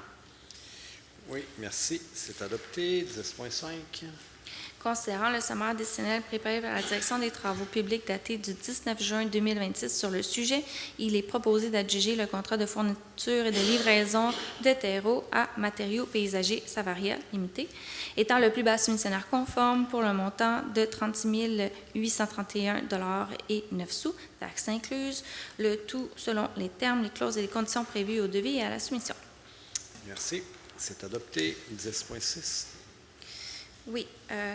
Considérant le sommaire décennal préparé par la Direction des travaux publics daté du 22 juin 2026 sur le sujet, il est proposé d'adjuger le contrat de remplacement de 2 compresseurs au centre des glaces chez Chabot à Climat Control SB Inc. ou 0C pour un montant de 62 842,24 sous. Taxes incluses, le tout selon les termes, les clauses et conditions prévues au devis et à la soumission. Merci. C'est adopté. 10.7. Concernant le sommaire décennal préparé par la Direction des loisirs, des arts, de la culture, des sports et de la vie communautaire, daté du 29 juin 2026 sur le sujet, il est proposé de reconduire le contrat pour la sortie et la mise à l'eau des quais et des bouées en bordure de fleuve Saint-Laurent sur le territoire de Boucherville à Indico pour un montant de 88 609,16 sous, taxes incluses, le tout selon les termes, les clauses et les conditions prévues au devis et à la soumission et conditionnellement à l'octroi des crédits nécessaires au budget 2027. Oui, merci, Maître Spill. C'est adopté. 10.8. Concernant le sommaire décennal préparé par la Direction des travaux publics, daté du 19 juin 2026 sur le sujet, il est proposé d'adjuger le contrat de location de camions 10 roues et leurs équipements de déneigement à Tenco Inc., étant le plus bas soumissionnaire conforme pour un montant total de 1 687 258 $ et 13 sous, taxes incluses, le tout selon les termes, les clauses et les conditions prévues au devis et à la soumission et conditionnellement à l'octroi des crédits nécessaires au budget 2027 à 2032. Oui, merci. C'est adopté. Ça met fin au point 10. Maintenant, le point 11, entente, convention et contrat. 11.1. Considérant le sommaire décennal préparé par la Direction des loisirs, des arts, de la culture, des sports, de la vie communautaire, daté du 22 juin 2026 sur le sujet, il est proposé d'autoriser la directrice des loisirs, des arts, de la culture, des sports et de la vie communautaire ou le chef de service sport à signer le bail pour l'utilisation des plateaux intérieurs en location au centre multisport du Collège français au montant de 115 452,15 sous, taxes incluses, le tout conditionnellement à l'octroi des crédits nécessaires au budget 2027. Merci. C'est adopté. Ça met fin au point 11. Le point 12, affaires diverses, 12.1. Oui, considérant que le Conseil a été informé du sujet qui doit faire l'objet des délibérations lors de la séance extraordinaire du Conseil d'agglomération du 9 juillet 2026, il est proposé de prendre l'orientation suivante quant au sujet mentionné dans le préambule de la présente, soit favorable à l'adoption de la résolution apparaissant à l'article 4.1. C'est adopté. 12.2. Oui, considérant que le Conseil a été informé des sujets qui doivent faire l'objet des délibérations lors des séances du Conseil d'agglomération, considérant qu'un rapport a été fait des décisions prises par le Conseil d'agglomération lors de sa dernière séance, il est proposé de prendre les orientations suivantes quant au sujet mentionné dans le préambule de la présente, soit favorable à l'adoption des résolutions apparaissant aux articles 2.1 à 2.4, 3.1, 4.1 à 4.4, 6.1 à 6.7, 8.1 à 8.12, 10.1 à 10.2. C'est 8.1 à 8.10, je crois. Non, il y en a eu deux qui Ah ont oui, été c'est vrai, il y ajoutés a à la dernière 8.11, seconde. 8.12. Oui, vous avez raison.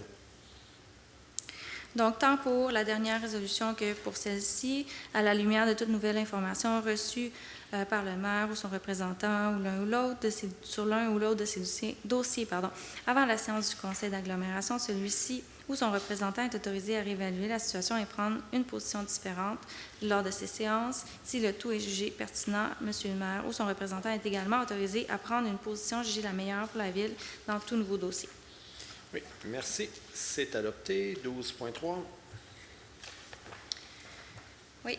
Considérant les articles 10.25 à 10.27 du règlement de zonage numéro 2018-290 qui prévoit qu'il est possible d'exempter des cases de stationnement requises pour la réalisation d'un projet, considérant que l'exemption de cases de stationnement permettra un projet de transformation du bâtiment pour aménager 4 logements supplémentaires, considérant qu'il y a lieu... Attendez, je prends une gorgée d'eau. Considérant qu'il n'y aura pas d'impact significatif à réduire le ratio de cases de stationnement dans ce secteur, considérant que les sommes perçues ne peuvent servir qu'à financer des immobilisations destinées à l'amélioration de l'offre en matière de stationnement public ou de transport actif ou collectif. Il est proposé d'accepter la demande afin d'exempter 2 cases de stationnement pour un montant total de 5 000 $ conformément aux dispositions du règlement de zonage numéro 2018-290. Merci, c'est adopté. Ça me fait un point 12. Le point 13, affaires nouvelles, 13.1. Oui, il y a une conseillère et un conseiller qui se retirent parce que ça traite de centre de services scolaires où ils sont professeurs. Excusez-moi. Donc... Oui, alors, concernant le protocole d'entente d'utilisation des immeubles et de l'équipement à des fins sportives, récréatives, culturelles et communautaires entre le Centre de services scolaires des Patriotes et la Ville de Boucherville à être conclu entre les parties, considérant les conventions pour l'utilisation de services municipaux à être conclues avec certains organismes sportifs affiliés à l'École secondaire de Mortagne, il est proposé d'autoriser la directrice des loisirs, des arts, de la culture, des sports, de la vie communautaire et la greffière, ou l'une ou l'autre, à négocier les modalités du dit protocole et des dites conventions, à y apporter toute modification jugée utile ou nécessaire et à signer pour et au nom de la Ville le dit protocole et les dites conventions, ainsi que tout autre document pour donner plein effet à la présente. Oui, alors, c'est adopté. Si on peut aller chercher Mme Bissonnette et M. Desmarais.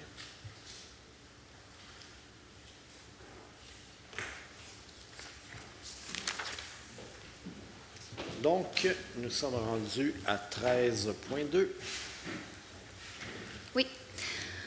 Alors, concernant la lettre du député fédéral Xavier Barzelou-Duval déposée à la séance ordinaire du Conseil de Boucherville du 25 mai 2026 relativement à la demande formulée auprès du ministre des Transports du Canada afin que Transport Canada tienne conjointement avec l'administration portuaire de Montréal et le Canadien national, le CN, des consultations publiques permettant aux citoyens des municipalités concernées de s'exprimer sur les enjeux liés à l'augmentation du transport ferroviaire en lien avec le projet de construction et d'exploitation du terminal portuaire de Contrecœur de l'administration portuaire de Montréal, considérant que le corridor ferroviaire utilisé pour la desserte du terminal traverse plusieurs municipalités de la région, notamment Contrecœur, Verchères, Varennes et Boucherville, considérant les impacts associés à l'augmentation des activités ferroviaires qui peuvent varier selon les caractéristiques des territoires traversés et des milieux de vie concernés,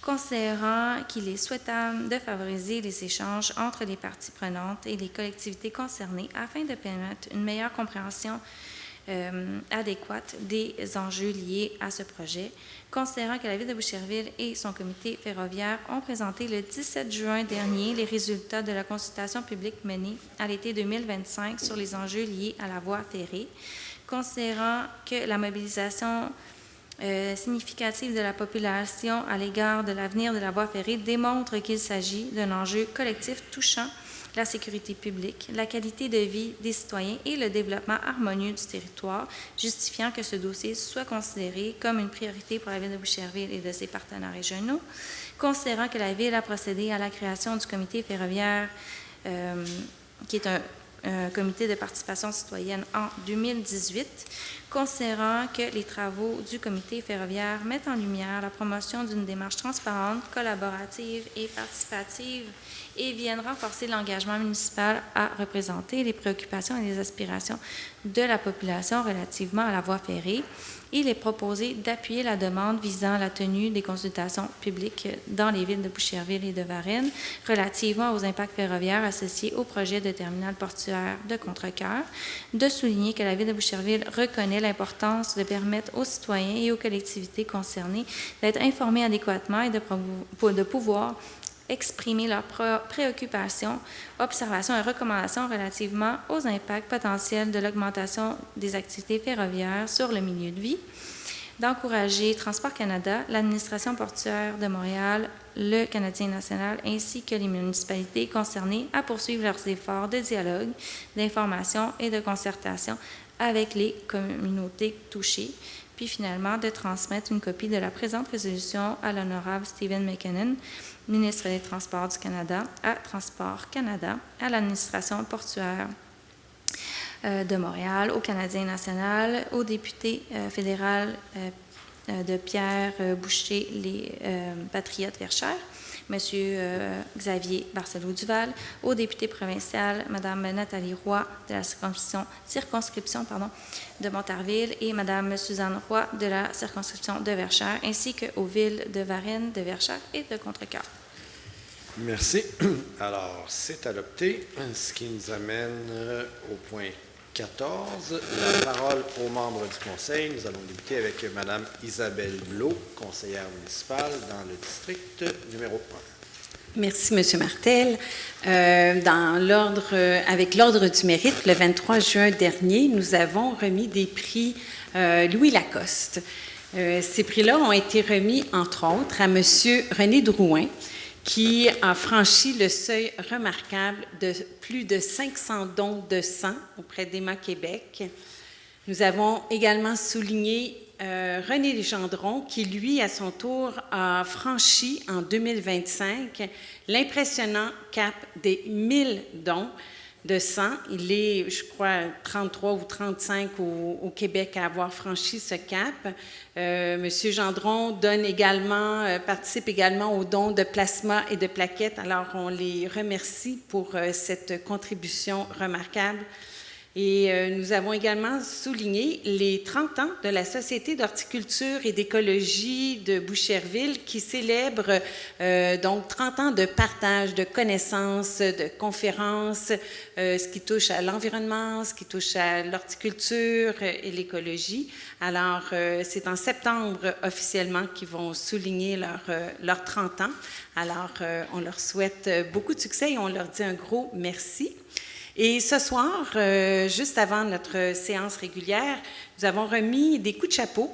Alors, un premier coup de chapeau à mademoiselle Jessica Larrivée, une jeune bouchervilloise de 33 ans qui vit, entre autres, à l'appartenance ici à Boucherville, qui a participé à plusieurs Jeux olympiques spéciaux, dont les Jeux d'été, des Jeux d'hiver, dans plusieurs disciplines. Elle fait de l'athlétisme, du soccer, du ski alpin, du patinage artistique et va peut-être même participer au triathlon cette année.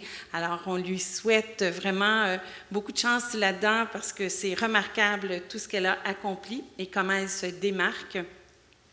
On a également souligné une année plutôt exceptionnelle d'une jeune équipe de hockey, les juniors C de Boucherville, l'équipe les seniors, qui, à travers la saison, donc l'équipe a été formée en septembre 2025 et à travers la saison, ils ont terminé avec 48 victoires, 3 nuls, 3 défaites, et une défaite en prolongation sur un total de 55 parties. Alors, c'est plutôt remarquable.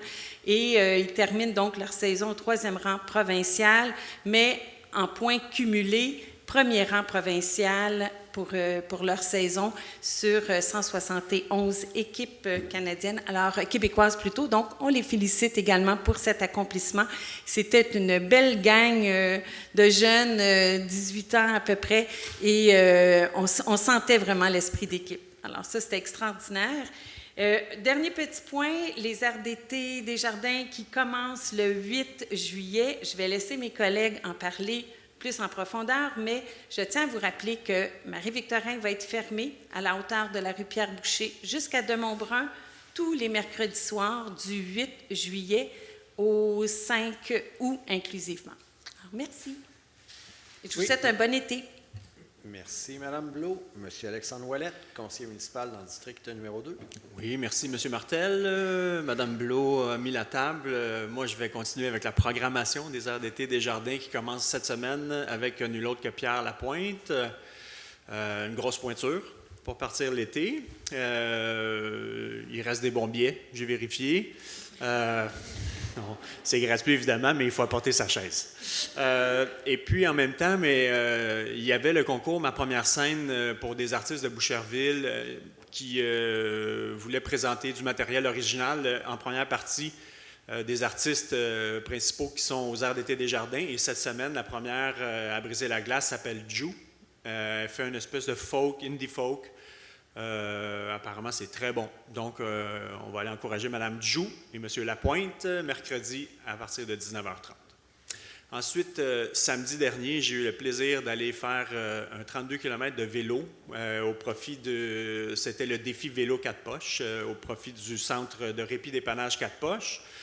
Il y en a plus téméraires qui ont fait 65 km, puis il y en a plus fous qui ont fait 104 km, dont notre maire, M. Martel. Félicitations encore. Donc, c'était vraiment pour une bonne cause. Puis j'ai eu la chance en même temps d'avoir un tour guidé du centre répit dépannage 4 poches par Mme Marie-Noël. Elle m'a présenté l'équipe, les gens qui étaient sur place. Elle m'a parlé de la fondation et du but du centre répit dépannage 4 poches. J'ai rencontré des personnes vraiment humaines extraordinaires. Fait que si vous n'êtes pas familier avec le centre 4 poches, allez faire un tour puis suivez les événements qu'ils font. C'est vraiment une cause extraordinaire. Et puis, vélo, pour ceux qui n'ont pas été rassasiés encore cette semaine, il y a aussi le Tour CIBC Charles Bruno, vendredi le 10 juillet. Il y a un 80 km, un 50 km au départ de Boucherville qui se termine au parc de la mairie. Puis c'est tout le temps un événement, apparemment. Moi, ce sera mon premier, mais qui est vraiment très festif pour en fin de journée, dans les alentours de 16h, 16h30, pour ceux qui ne veulent pas rouler, mais qui veulent peut-être venir participer au moitié-moitié ou, j'imagine, faire des dons. Donc, les profits, c'est pour la recherche contre le cancer, évidemment. Donc, bonne semaine, bonne fin de semaine, bon été à tous, puis bon spectacle. Merci, M. Ouellette. Mme Josée Bissonnette, conseillère municipale dans le district numéro 3. Et merci beaucoup, M. le maire. Moi aussi, je continue dans le sens des activités culturelles, mais je vais, dans le fond, distancer un petit peu de la musique, des airs d'été, mais plutôt pour aller, dans le fond, les expositions.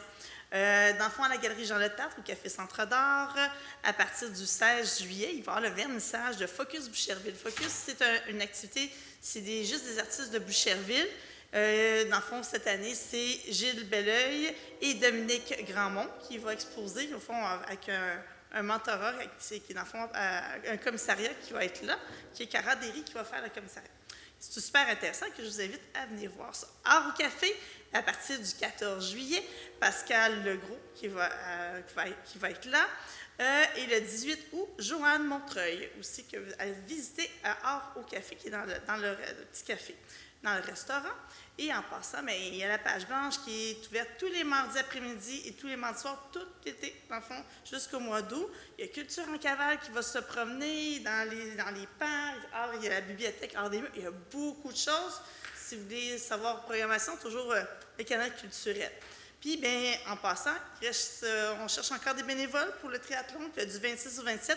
Vous pouvez aller sur le site, vous pouvez déjà commencer à choisir vos blocs de bénévolat. Vous pouvez voir c'est quoi les tâches qu'il y a à faire, vous pouvez faire une sélection à travers ça, que sur le boucherville.ca ou que les bénévoles pour le triathlon, que je vous invite à aller voir. Il y a quelques blocs qui sont déjà complets. Vous pouvez choisir ceux qui vous intéressent le plus, c'est premier arrivé.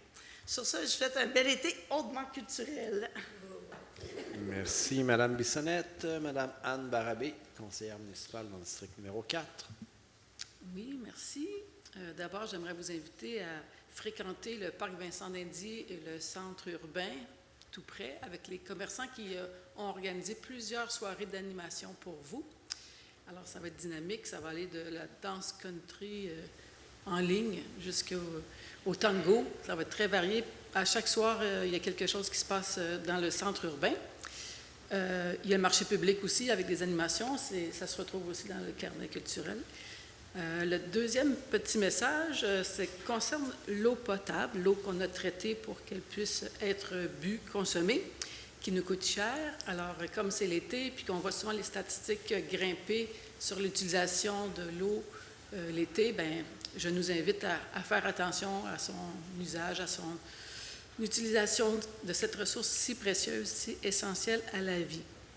Bien qu'on soit un pays de lacs, de rivières, avec un fleuve majestueux, On avait des réserves d'eau souterraines immenses, mais là, avec les dérèglements climatiques, c'est un peu plus préoccupant. Alors, faisons attention. Et pour terminer, j'aimerais remercier les équipes des travaux publics qui, pendant tout l'été, vont être là pour qu'on ait des beaux parcs, des beaux sentiers dans les boisés, des animations. À chaque événement, ils sont présents. Alors, je les remercie sincèrement et je vous souhaite un bel été à tous. Oui, merci Mme Barabé. Monsieur François Desmarais, conseiller municipal dans le district numéro 5. Oui, merci Monsieur le maire et Mme Barabé. Je reviens d'Europe et je peux vous dire qu'on est chanceux ici d'avoir autant d'eau, même si il faut faire attention. Là-bas, c'est incroyable. Il y a des rivières qui sont à sec. Il faisait extrêmement chaud, la canicule. Vraiment, ils sont à plaindre.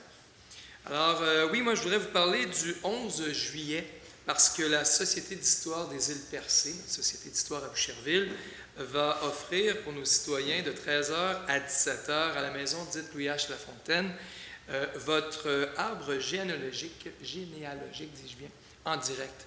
Donc, c'est gratuit. Il fallait faire des petites recherches avec nos spécialistes de la CHIP. Également, et là, je rejoins Mme Blot avec l'horticulture, parce que le 1er août, il y aura démonstration de techniques d'horticulture paléohistorique. Et c'est de 13h à 16h au parc Charles-Desmarteaux Père. C'est près de la maison dite Louis H. Lafontaine. Et c'est l'histoire de la domestication des plantes alimentaires et l'ingéniosité des techniques horticoles autochtones. Je pense que j'ai bien lu, là. Alors voilà. Alors ouvert à tous. Également, le 2 août prochain, à 14h, dans ce même parc, il y aura le fantastique Éric Michaud. Qui est-il? Eh bien, c'est un conteur, un conférencier.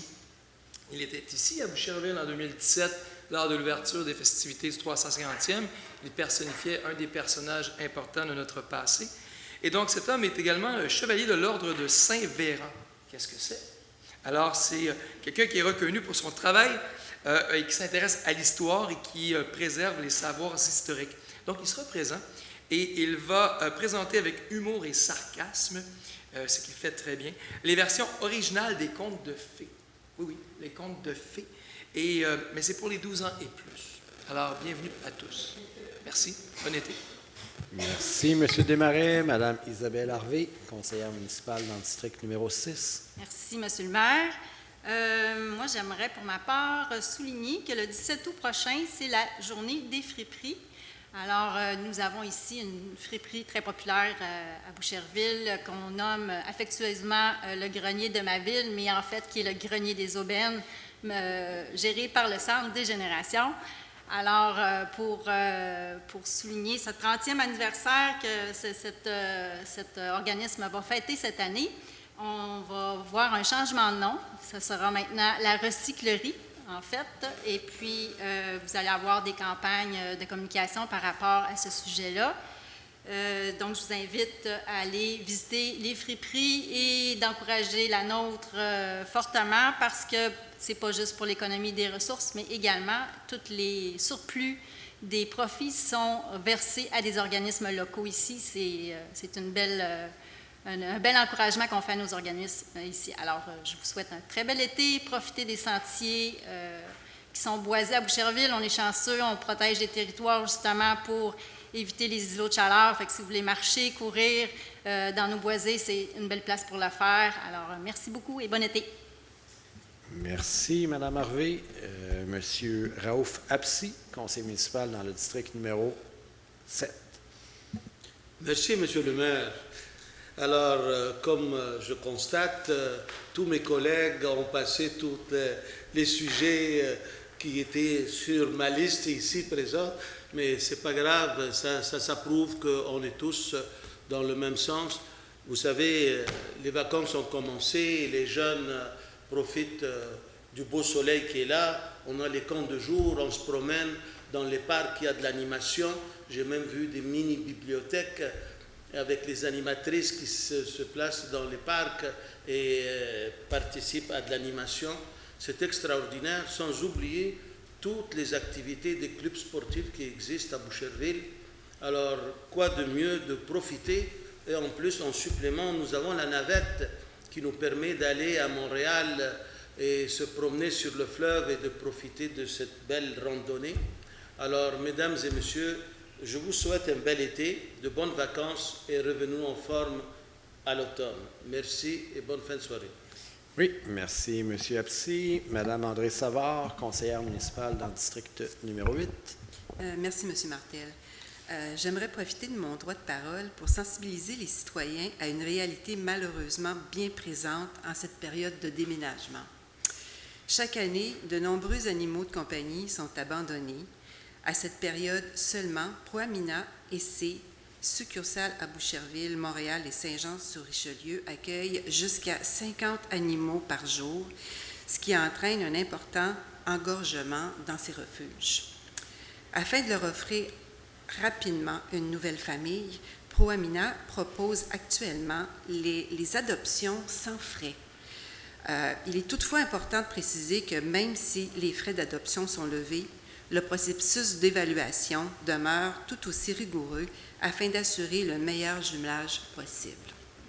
Si vous songez à accueillir un animal de compagnie, je vous invite à penser à l'adoption et à visiter Pro-Amina. Vous offrirez une deuxième chance à un animal qui ne demande qu'à être aimé, tout en gagnant un compagnon fidèle pour de nombreuses années.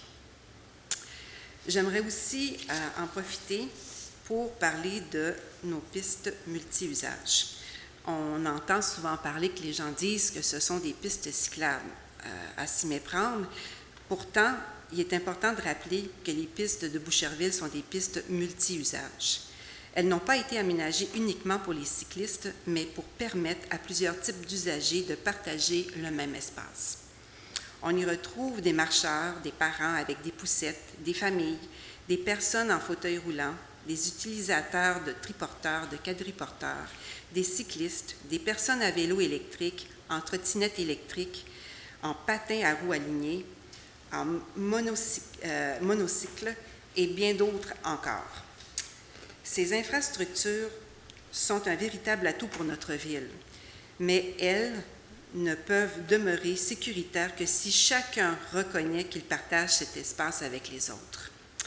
Je souhaite donc lancer un appel à tous les usagers. Respectons la signalisation, ralentissons lorsque les circonstances l'exigent, annonçons nos déplacements, soyons attentifs aux plus vulnérables et faisons preuve de courtoisie. Une piste multi-usage est un lieu de partage. Elle n'appartient pas à une seule catégorie d'usagers, elle appartient à tous les citoyens. En faisant preuve de patience, de civisme, de respect les uns envers les autres, nous contribuerons tous à rendre nos déplacements plus sécuritaires et plus agréables. Je profite également de l'occasion pour souhaiter à tous les citoyens de Boucherville un merveilleux été.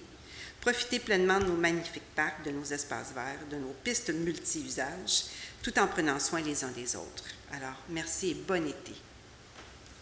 Merci. Vous m'enlevez les mots de la bouche. C'est ça que j'aurais dû dire mot pour mot à M. Fournier tantôt. Écoutez, de mon côté, on a ouvert la séance avec l'enjeu ferroviaire. Je le mentionnais, ça fait 13 ans, là, la tragédie de Lac-Mégantic. Suite à ça, ici, on avait parti le comité ferroviaire de Boucherville. C'est un comité de participation citoyenne sur lequel il y a des citoyens qui siègent bénévolement. Je vous dirais, on a toute une brochette de citoyens assez impressionnant. Des avocats qui ont 40 ans d'expérience en litige, des ingénieurs qui ont travaillé dans le milieu ferroviaire, il y en a même qui ont travaillé à Lac-Mégantic, des gens qui ont des compétences en chimie, d'autres qui ont même été à l'ONU dans leurs fonctions. Vraiment des citoyens de qualité qui travaillent là-dessus. On avait fait faire à l'époque une étude de préfaisabilité pour le réaménagement de la voie ferrée. C'est une firme d'ingénieurs ferroviaires qui avait fait ça, toujours le plus bas soumissionnaire conforme. Il y a moyen de réaménager physiquement ce tronçon-là. Et quand, hier, le 5 juillet, quand j'ai appris qu'il y avait eu un déraillement de train à Repentigny, j'étais sidéré quand j'ai vu l'endroit où ça s'est passé, dans un quartier résidentiel. Curieux à dire, mais où les résidences, même si elles étaient très proches, étaient quand même un petit peu plus éloignées que plusieurs résidences à Boucherville, dans le vieux village, de la voie ferrée. Quand j'observais les images, je me disais, c'est arrivé à Boucherville, même s'il n'y a pas de matériaux qui étaient nuisibles pour la santé dans les wagons qui ont déraillé. Juste les wagons comme tels auraient pu causer des blessés, des morts, mettre le feu à des immeubles, entraver la circulation. Bref, le pire a été évité, mais quand même, ça nous rappelle l'importance de cet enjeu-là. L'année passée, à la gare de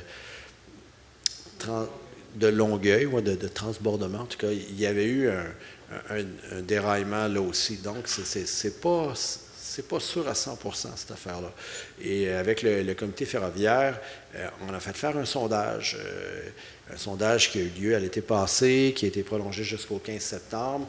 Il y a 2200 quelques personnes sur 43 000 qui ont répondu à ça. C'est tout un échantillon. Une marge d'erreur en bas de 3 %, 19 fois sur 20. 93% des gens ont répondu que c'était un enjeu électoral provincial prioritaire. 92% ont répondu que c'était un enjeu électoral fédéral prioritaire. On a eu une conférence de presse pour donner les résultats. Ça a été un peu plus long qu'on voulait, cette conférence de presse-là, avant de la tenir, parce qu'il y a eu des élections, il y a eu la réactivation des comités de participation citoyenne, beaucoup de gens qui avaient manifesté leur intérêt. Et quand on l'a fait, on parlait des animaux tantôt, l'adoption. La veille, il y a TVA Nouvelles qui voulait me parler du kangourou en cavale. Mais le lendemain, c'était notre conférence de presse. Et malheureusement, TVA n'était pas là. Les médias nationaux n'étaient pas là. Par chance que nos médias locaux étaient là, mais il faut croire que l'enjeu ferroviaire, c'était moins important qu'un kangourou. C'est important les kangourous, mais l'enjeu ferroviaire aussi est important. Et là, quand on voit ce qui se passe, quand on voit ce que la population en pense, bien, on réalise pleinement comment que c'est important. Il n'y avait également pas de représentants du palier provincial à cette conférence de presse-là. Le Canadien national n'était pas là. Le Canadien national n'était pas là non plus quand on avait présenté l'étude de préfaisabilité. Je trouve ça dommage, cette désinvolture du Canadien national face à un lien qui leur appartient. Excusez. La voie ferrée à Boucherville, ça appartient au Canadien national. On fait faire une étude de préfaisabilité. Ils ne sont pas là. On fait un sondage sur qu'est-ce que la population pense, quelles sont les préoccupations de la population sur leur tronçon ferroviaire qui traverse la ville. Ils ne sont pas présents. Et là, c'est peut-être une erreur de ma part, mais moi, je n'ai rien lu sur Tracy Robinson, qui est la CEO du Canadien national, hier, quand c'est survenu. S'il y avait eu des morts, des blessés, est-ce qu'elle aurait parlé? Je ne le sais pas. On a juste entendu que le CN allait faire une enquête, mais rien dans les médias. On avait vu Michael Rousseau, là, quand il y avait eu des événements, tout de suite prendre la parole, uniquement en anglais. C'était pas un bon choix de sa part, mais au moins, il avait pris la parole. Alors là, moi, ça m'interpelle, puis ça me dit, comment ça se fait que nous, qui vivons à proximité de la voie ferrée, on se pose des questions. Même en séance tantôt, on entendait le train qui sifflait. Est-ce que ça va bien aller? Est-ce que le rail est bien entretenu? Est-ce qu'il peut y avoir un déraillement semblable? Je me pose la question. Il y a beaucoup de citoyens qui se posent la question. S'il y a un déraillement, nos vies peuvent être en jeu. Nos proches, la vie de nos proches peut être en jeu. Nos biens peuvent être en jeu. Et on a des dirigeants qui, eux, n'ont pas l'air plus que ça préoccupés. Ils ne prennent pas la peine de venir nous l'expliquer dans les médias. Ce qui fait que, personnellement, moi, je trouve qu'il devrait y avoir une obligation de résultat et non pas une obligation de moyens. Ces hauts dirigeants-là, quand il y a un déraillement qui survient dans un secteur résidentiel, ils devraient être autant préoccupés par la perte de leur emploi que nous, on l'est par la perte de notre vie, de nos biens, de nos proches. Alors, c'est pour ça, je vais en parler à notre député fédéral, je vais en parler au comité ferroviaire, voir ce que les gens en pensent, mais que ces gens-là assument une obligation de résultat. Donc, même s'ils n'ont pas commis de faute, quand ça arrive, c'est leur responsabilité. Ils doivent répondre des conséquences de ce qui s'est passé et aller jusqu'à perdre leur emploi. Ça va vraiment les conscientiser quand on leur parle d'un réaménagement de la voie ferrée dans des endroits plus sécuritaires. Peut-être qu'on aura plus de réceptivité. Ça ne sera pas juste un enjeu économique. Tu sais, on a Bill Gates, le premier actionnaire. Je me souviens, il y avait un type qui, je n'aimerais pas son nom, là, un haut placé qui habite pas loin d'ici, qui disait « Ah, sa préoccupation, lui, c'est de faire de l'argent avec ça. C'est pas une fondation. C'est purement économique. » Oui, mais les choses évoluent. Il y a du monde de plus en plus qui occupe le territoire, de plaider l'antériorité de l'occupation, comme quoi on peut mettre en jeu la sécurité de la population. Je trouve que ce n'est pas un bon argument.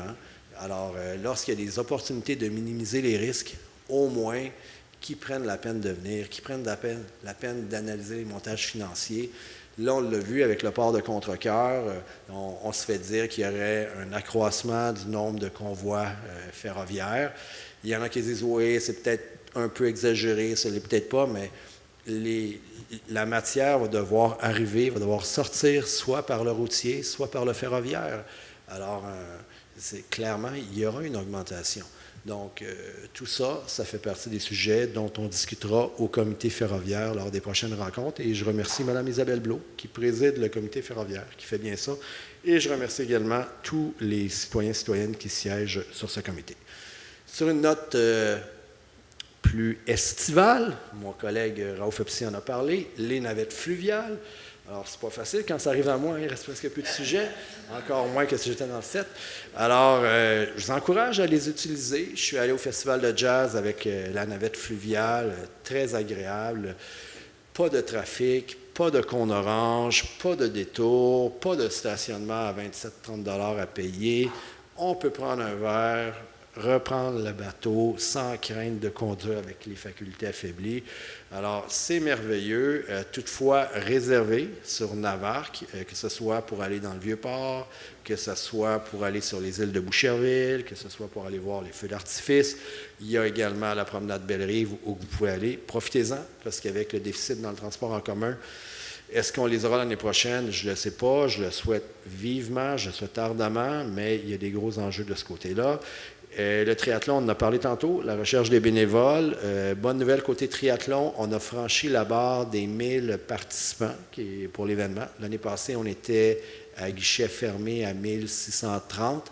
Cette année, on est sur 2 jours, une plus grande capacité d'accueil, près de 2300.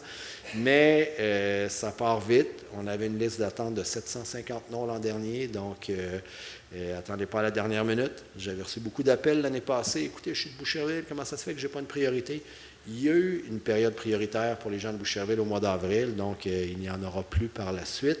Et, prochain déjeuner du maire, le 5 septembre, au parc Vincent-Lindy, dans le district numéro 4, il y aura l'exposition de véhicules antiques qui suivra par la suite. Donc, bon été à tout le monde et vous pouvez me suivre sur mon info capsule de la mairie, ainsi que dans le Ici Boucherville et également dans le carnet de rencontres qui est publié aux 2 semaines sur les différentes activités et événements auxquels je participe.